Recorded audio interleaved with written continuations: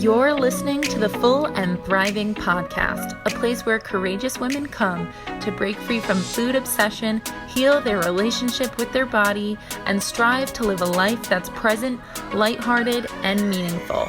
If you're listening, my wish is that this podcast serves as a catalyst that inspires you to nourish your body, nurture your mind, and energize your spirit. I'm your host, Meg McCabe, a certified life coach and eating disorder recovery coach with a PhD in having a good time. Just kidding about that last part. Anyway, thank you so much for listening and enjoy the show. Hello, everyone. Thank you so much for tuning in today. And for those of you who are in the US, I just want to say happy Thanksgiving. I know that this is a very difficult holiday for so many of you struggling with eating disorders. So I wanted to repost one of my favorite episodes related to surviving the holidays. I often say that holiday season is like the eating disorder recovery Olympics because of the focus on food, social gatherings, and diet talk. And I think that this episode with special guest Sammy Previte from Find Food Freedom is exactly what all of you need today. It's really important that you guys tune into this episode and get a refresher on surviving diet culture during the holidays. And what a way to kick the holidays off with Thanksgiving. So, for those of you who are not familiar with Sammy's work, Sammy is a registered dietitian, certified intuitive eating counselor, and certified personal trainer. Sammy has a fabulous energy, and I know that you'll enjoy hearing this message again. And with that, I want to say happy Thanksgiving and happy holidays to everybody listening in. Thank you so much for tuning in to another year of Full and Thriving. Hello, everyone. Welcome to another episode of the show. I am delighted to have Sammy Previte on with me. She is a food freedom dietitian, and it's just really exciting to finally meet you in person, Sammy. How are you today? I'm good. Thank you so much for having me, and I'm super excited to be here. Yay! Awesome. I wanted to start off this interview by hearing about how your relationship with food has evolved over time. Yeah, I feel like I've told this story so many times. I don't even know where to start, but I feel like it's not much different from a lot of dietitians because the majority of our profession is thin white women with disordered eating or eating disorder. And that's where I fell into, where I went into the field as a nutrition student, like wanting to find the magic answer of how to lose weight and how to be happy. And I was going to help others do that.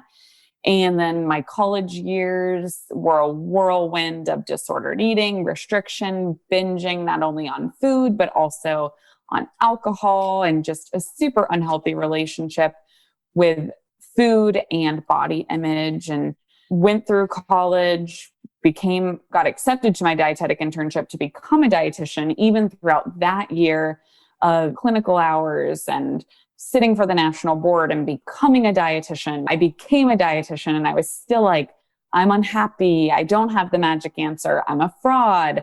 How am I a dietitian when I don't know how to do this?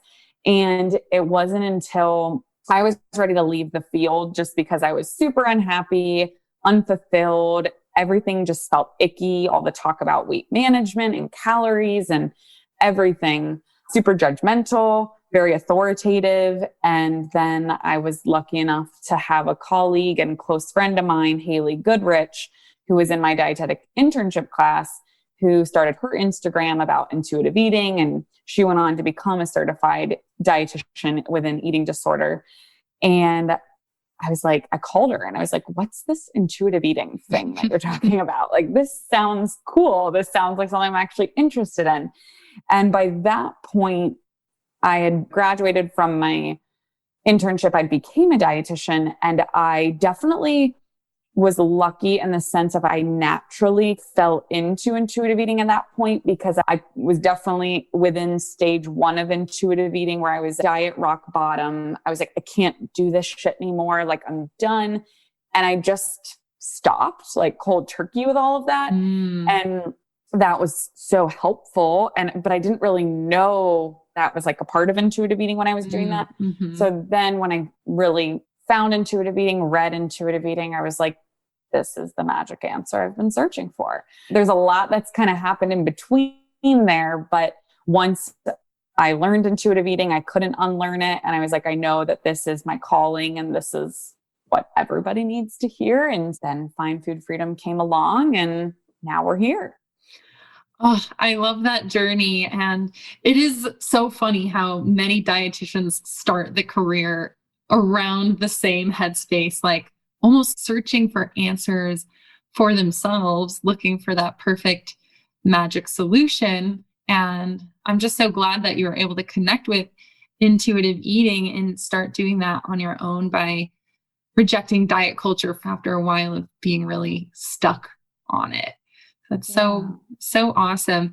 I'm just curious, what were some of the other principles of intuitive eating that really helped pull you to food freedom when you were getting out of your patterns? Yeah, well, I think it's hard to, at the time, I don't think I was, like I said, aware of them, but I think one that really spoke to me, like after the fact, looking back and kind of unpacking all my past trauma and whatnot, relationship with food, would be coping with emotions with kindness. That one just kind of came up for me because I had lost my best friend in a car accident my senior year of high school. And I have like vivid memories of just being lost in food and completely trying to numb all of that. And in the moment, having no idea that I was doing that. But I remember being angry that I couldn't stop eating and not recognizing that that was like one of my only coping mechanisms I had when I was that young. So that one really stands out to me.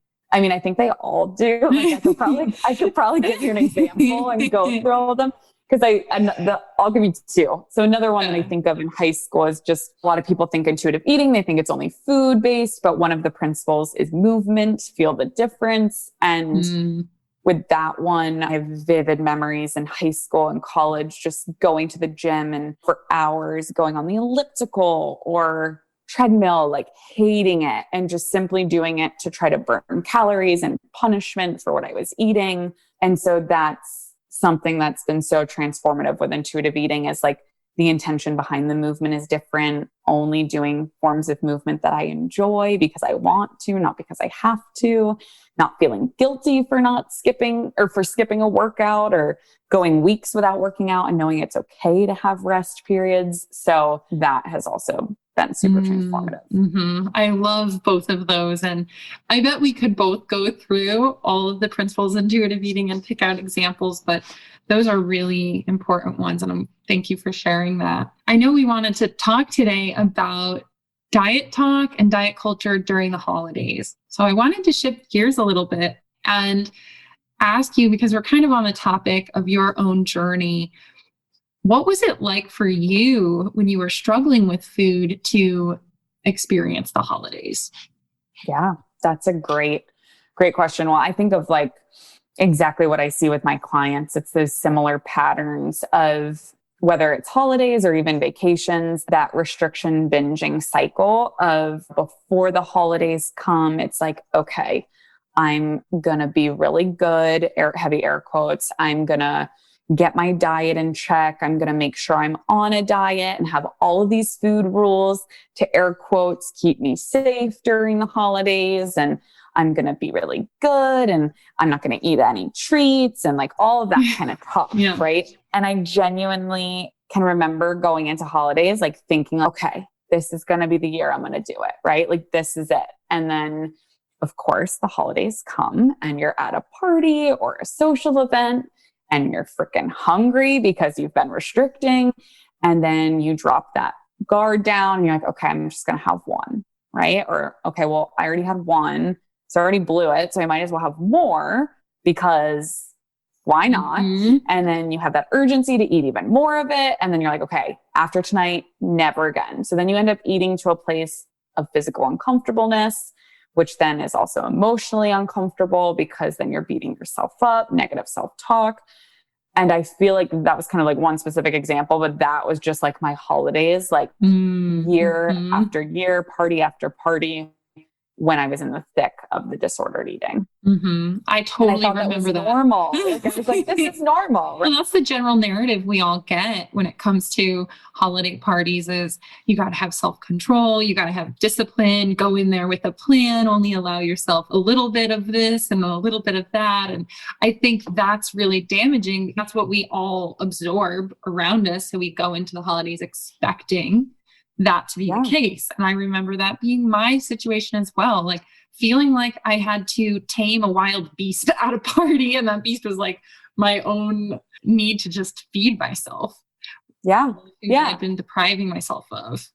And I even think of like going back to when I shared my story of becoming a dietitian. Like I think of the early years as a dietitian, I was taught to give people holiday party tips. And it was like, only eat the vegetables, fill up on water, like literally like disordered eating tips. And that was a part of like, when I was in that, I was like, well, this shit doesn't work because I've done this for years and I just end up binging. So that's why I was like, being a dietitian is a fraud. Like, why am I a dietitian? And then again, it was like, oh, it's because I was like a diet culture dietitian, because that's what the majority of us are taught. And you have to unlearn all of the diet culture that you're taught and then relearn intuitive eating. So that is something that just came up for me as well. Yeah, what a journey. Just like feeling like a fraud. Like of all people, you should know the hacks and the tips to get through the holidays unscathed. And even then you left feeling like you lost control in those moments.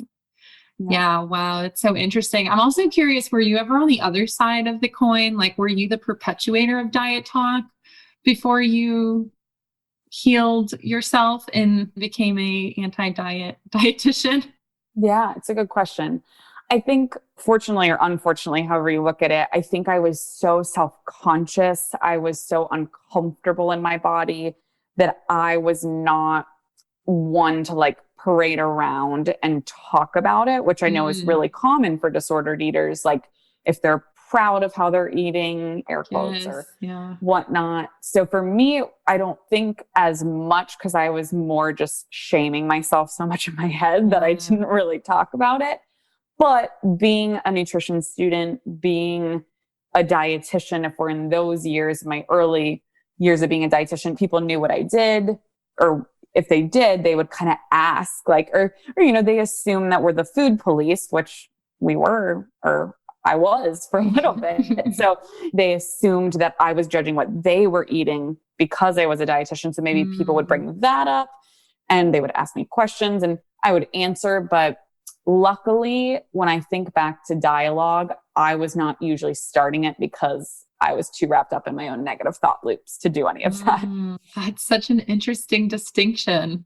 Like you're just busy shaming. You're so busy shaming yourself. You're not going to push that towards other people in the moment. Yep. Wow. Okay. So I know you've talked about this subject before, and I wanted to shift gears towards more about how we can help people navigate the diet talk throughout the holidays and in general. So to kind of set the scene, I was wondering if there are just some general examples you can provide of what diet talk might sound like during the holidays. Yeah. Well, I think so. It can obviously vary vastly depending on who you're talking to, what they're talking about. But I think often it's what diet people are on is a big one, right? So it could be people sharing their own air quotes expertise or opinions. It could be, I would say even worse than that. It could be family members or loved ones making comments on your plate and what you're eating, or potentially body comments about the size of your body. I know for clients, that's been a big topic of conversation of coming out of quarantine and hopefully more social things happening in these holiday months. Like a lot of anxiety about not being behind computer screens anymore and being in person with family members and friends, a lot of that. And then just thinking about holidays are always around food, people just making air quotes lighter dishes or keto friendly recipes and all of that. There's so many different ways we can go with it, but you just let me know if you want us to pick one and we can kind of roll with it or however. Yeah. Maybe we'll do 2 examples. I would love to hear how you might respond or how you would advise somebody to respond for maybe 2 of those. So let's start with the more passive diet culture talk where someone is maybe expressing feelings of guilt and regret around eating too much, like to the family dinner, like, oh, I shouldn't have had that extra serving of this and I'm going to have to do that 5K tomorrow. How might you respond? Yeah. And I'm partially asking selfishly because this is something I still have trouble with because I don't like conflict with family, like, or people that I love. So it's really difficult in those moments. Like, do you think people should say something? And if so, what? Or are there different strategies to handle that? Yeah, it's a great question. And I think anybody listening to this, we can give a couple of different ways to respond. And it totally depends on like you said, like what you feel comfortable with, what your personality type is.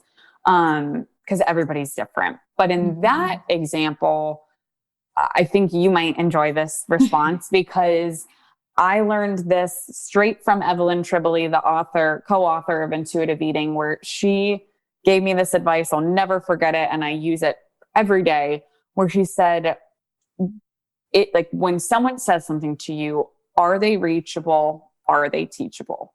And if not, then do not waste your precious time, energy, or mental capacity trying to convince them that they need to be an intuitive eater, right? Or they shouldn't diet.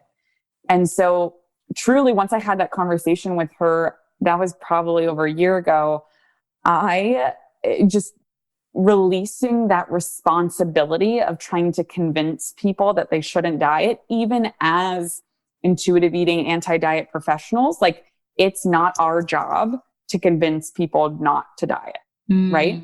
Mm-hmm. Our job is once somebody knows in their heart and their soul that like dieting doesn't work for me, I can't do this anymore, but I have no idea what to do because I've dieted for the last 5, 10, 20 years. That's my whole life. What do I do now? Those are the people that we work with, right? When they know they need help, but they have no idea what to do. And they genuinely are curious and want to learn more. Any family member or friend that makes a comment like that, I don't say shit. I just pretend like I'm an accountant that knows nothing about food. Because oftentimes, like bringing attention to it can make it worse. Now, obviously, if like someone's like, Sammy, what do you think about that? Like, I won't just sit there mute. But if someone makes a comment like that outwardly, I don't even touch it. I love that. My job. It's a total relief to hear someone say that it's okay not to stand up to that conversation if you don't feel that person is reachable or teachable. I completely love that phrase. And I didn't know it. So I'm assuming a lot of listeners had never heard that either. So thank you so much for sharing that. So that's a really good example. I think it would potentially cause more stress at dinner if you decide to just push your own beliefs onto the family.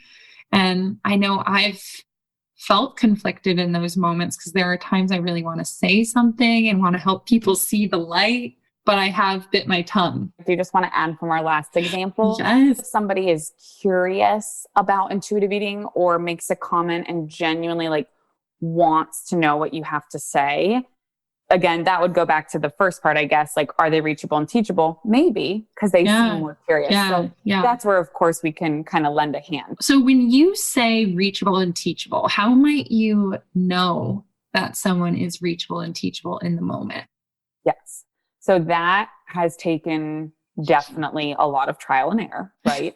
But I would say, generally speaking, the more and more you have these conversations, you just get that like red flag feeling when someone's not. So it does come with experience, but if somebody's wanting to lecture you on why the keto diet is the best diet that they've ever been on. And it's the best thing that's ever graced this planet.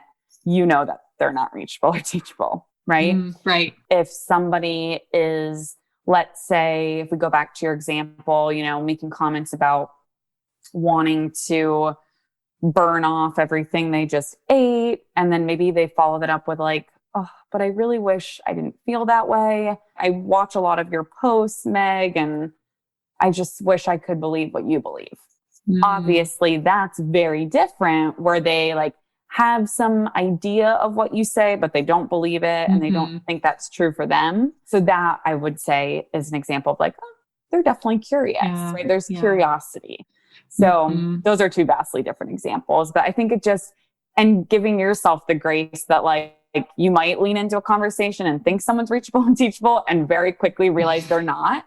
And it's okay to bow out and just like, oh, sorry, I'm getting a phone call, and just like get up and walk away. Love it.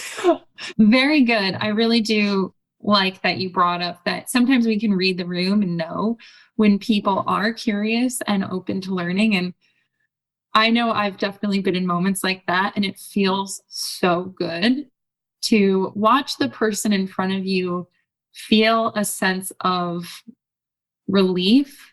And I don't know, it's like when you talk to someone about anti-diet culture thinking and the health at every size movement, I find there's this like wave of peace that comes over them when they hear it for the first time. Have you ever experienced that?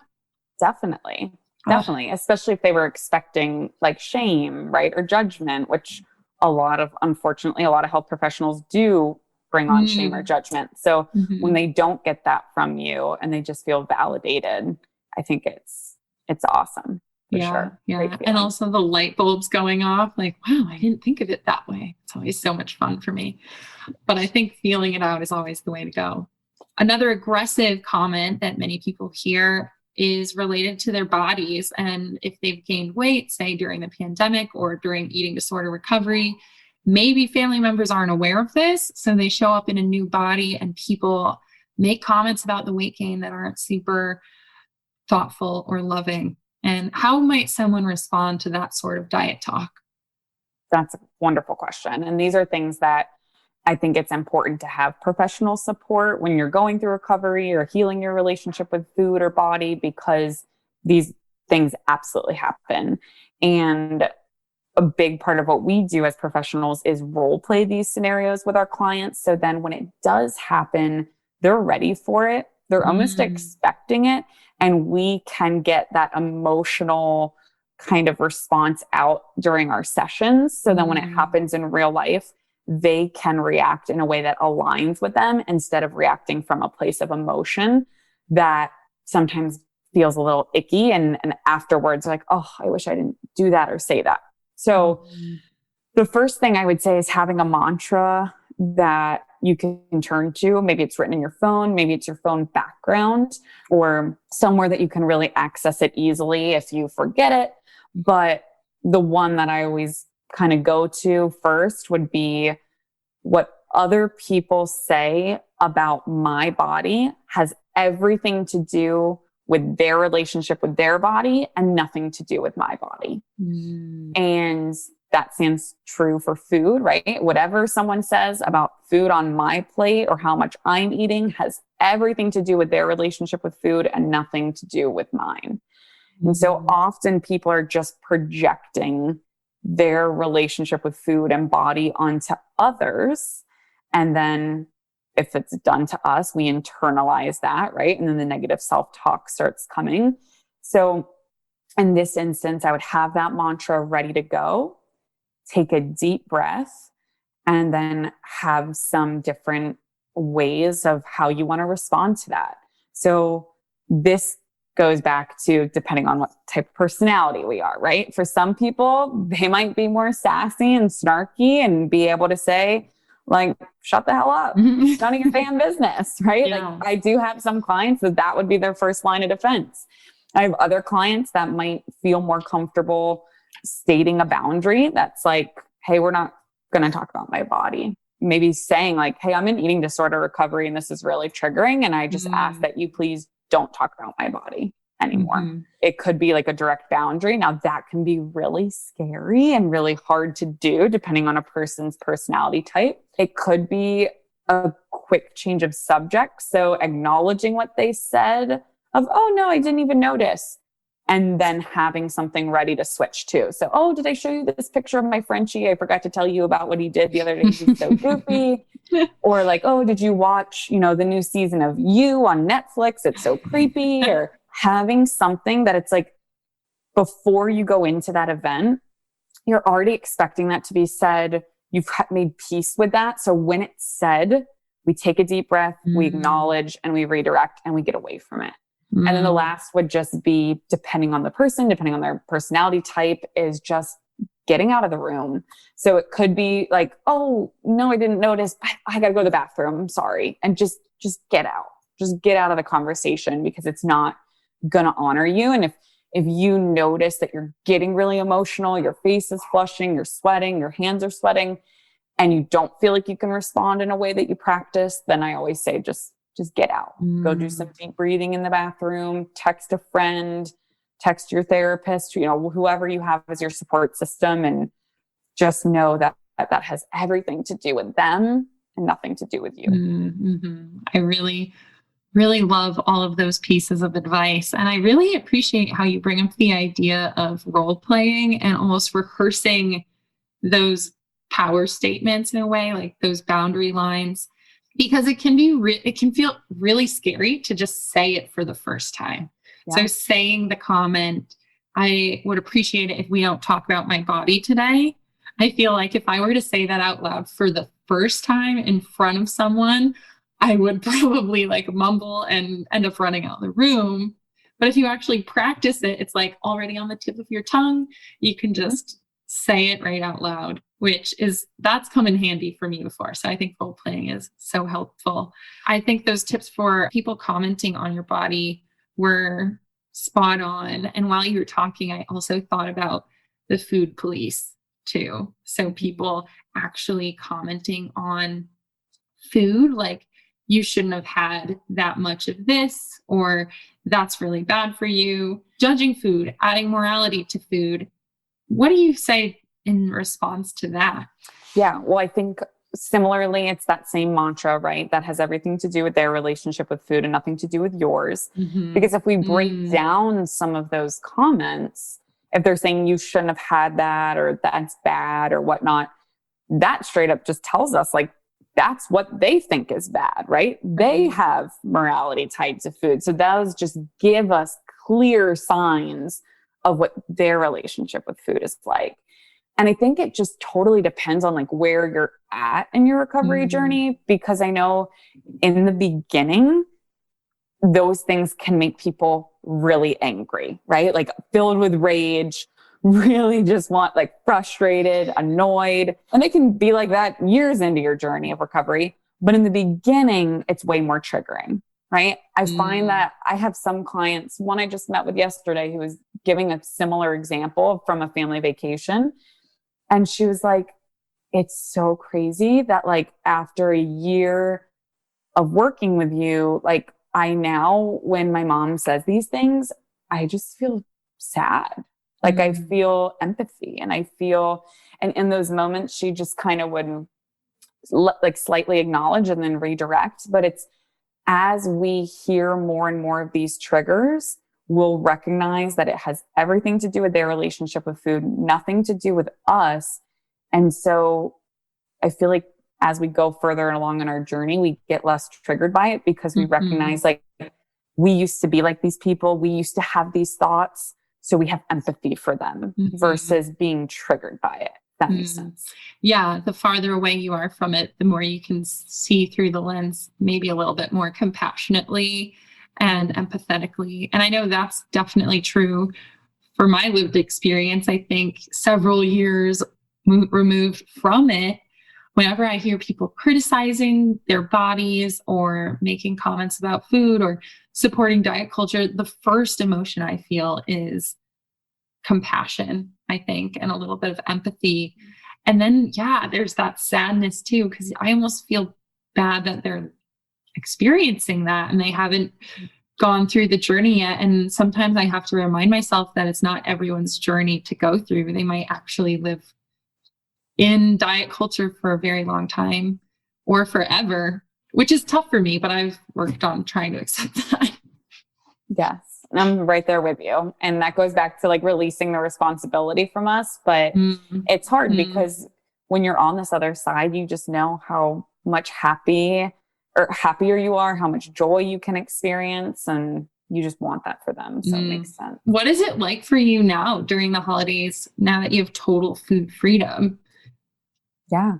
I think it's just like any other day. Like that, and I think, right, that's what it is. Yeah. Is that like, that's what food freedom is that whether it's a holiday, a Monday, a Saturday, a vacation day, a work day, like it's just another day. And that doesn't mean I don't enjoy the food. It's just, I can have all of the foods that exist during the holidays any day of the year. So it's just food. But so sometimes I think that can be disappointing for people because they lose that like lust that they have with food. But I will say what is more exciting is that when you're not all consumed with food, you can actually be present and enjoy the people around you, the memories, the experiences, which for the years that I was in the thick of my disordered eating, like I don't remember a lot of holidays other than being consumed with food and just feeling physically unpleasant and emotionally unpleasant. It's sad. Yeah, it is really sad. But you bring up some really good points there. First of all, acknowledging that it's just another day with food. And I totally connect with what you just said. So I'm really glad that I asked you that because I wasn't sure what you were going to say. And it's such a helpful reminder to everyone who haven't quite reached food freedom yet, that the holidays, before you get to food freedom, you're focusing on them. It's a different day. It's the day I'm going to allow myself this, and this, and I'm going to need all this self-control and willpower. It's like the Olympics, right? For people in diet culture. It's like they've been training their whole lives to handle this okay. Yeah. And then when you reach food freedom, you're like, oh, this is just any other day. Yeah. Such a truth there because the food is always available to you. You know, you can have holiday food in July if you want. Yeah. Yeah. Like, right. We're coming up on Halloween and it's like, there's bowls of candy all around our house. And like, I could also buy those bowls and can't fill them with candy like in July. Right? Like it doesn't matter that they're there. And it's obviously easier said than done to say it's just food. It's just another day. But I always like to just say like our bodies need consistent fuel, consistent hydration, regardless of the day. And I think when we go back to like holiday patterns and diet culture, and this may have just been because this is how it was for me, is I woke up, I would air quotes, try to be good and restrict all day and be like, I'm just not going to eat today. Right. Or I'm going to eat the bare minimum. And that literally sets you up to binge and be out of control around food. So going back to it's just food, our bodies need consistent fuel and hydration, ensuring that on Thanksgiving Day, you're eating a breakfast, you're eating a snack, you're eating a lunch, and hopefully another snack before you get to Thanksgiving dinner. But I know back then I would try to not eat carbs and all of the things because I was anticipating the binge.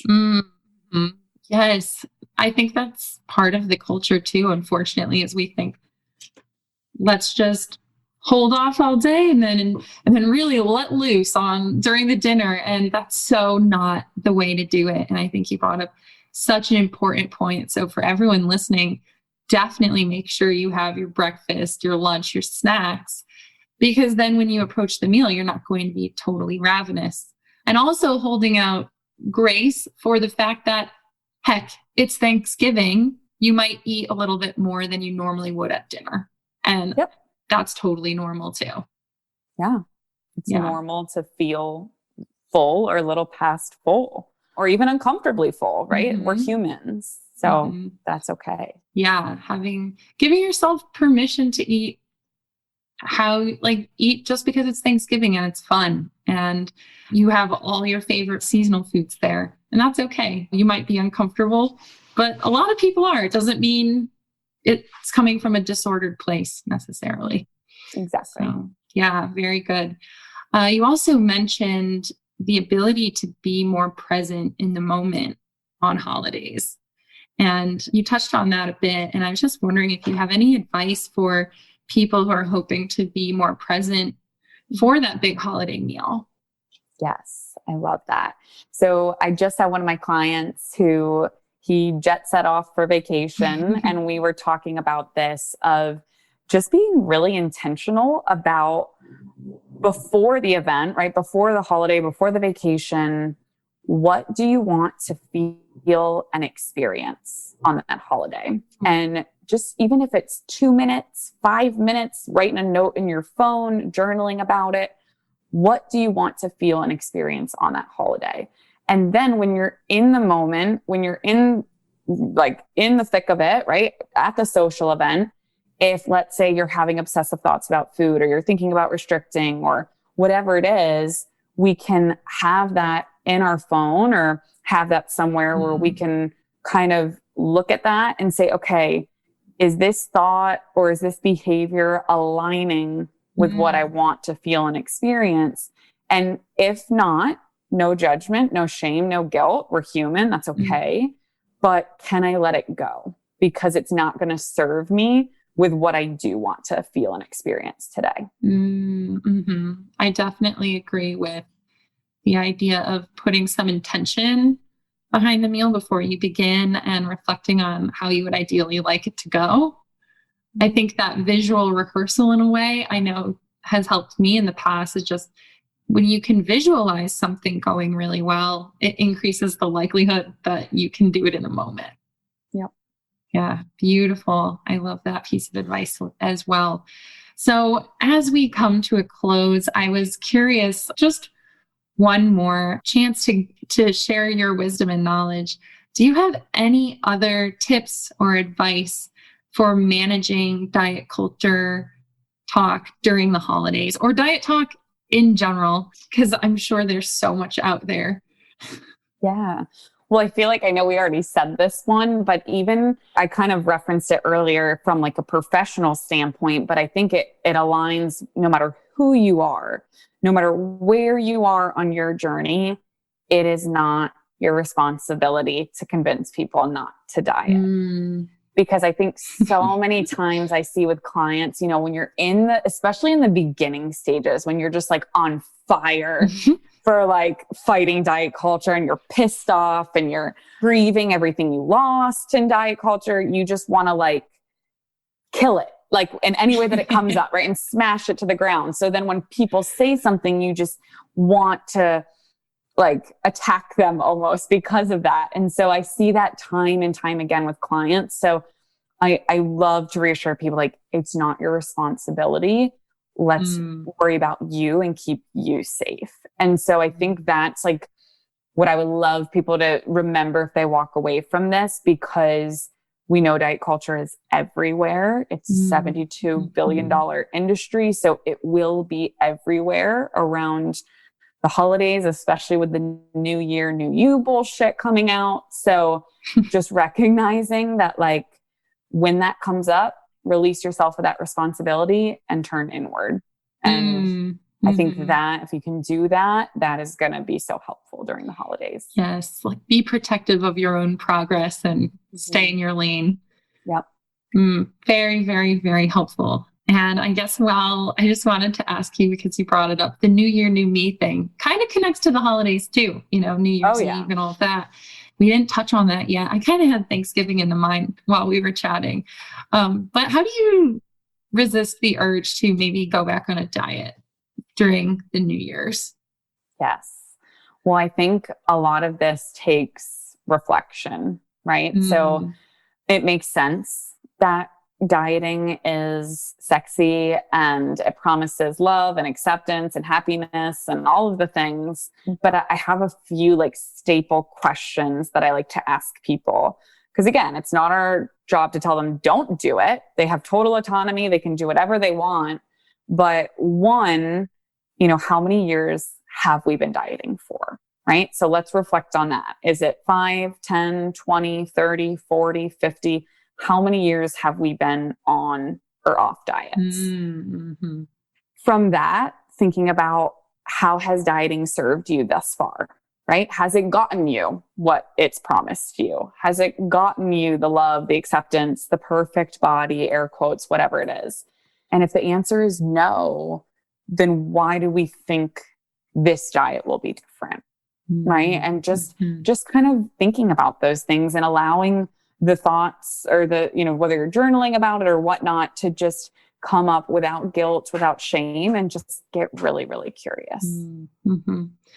Wow, Sammy, that's really helpful. I love those reflective questions. Sometimes the best way to heal is just to ask yourself questions like that so that you get a chance to think differently. And those are so empowering. So I appreciate your feedback on that. And I wanted to say thank you so much for joining me on the show today.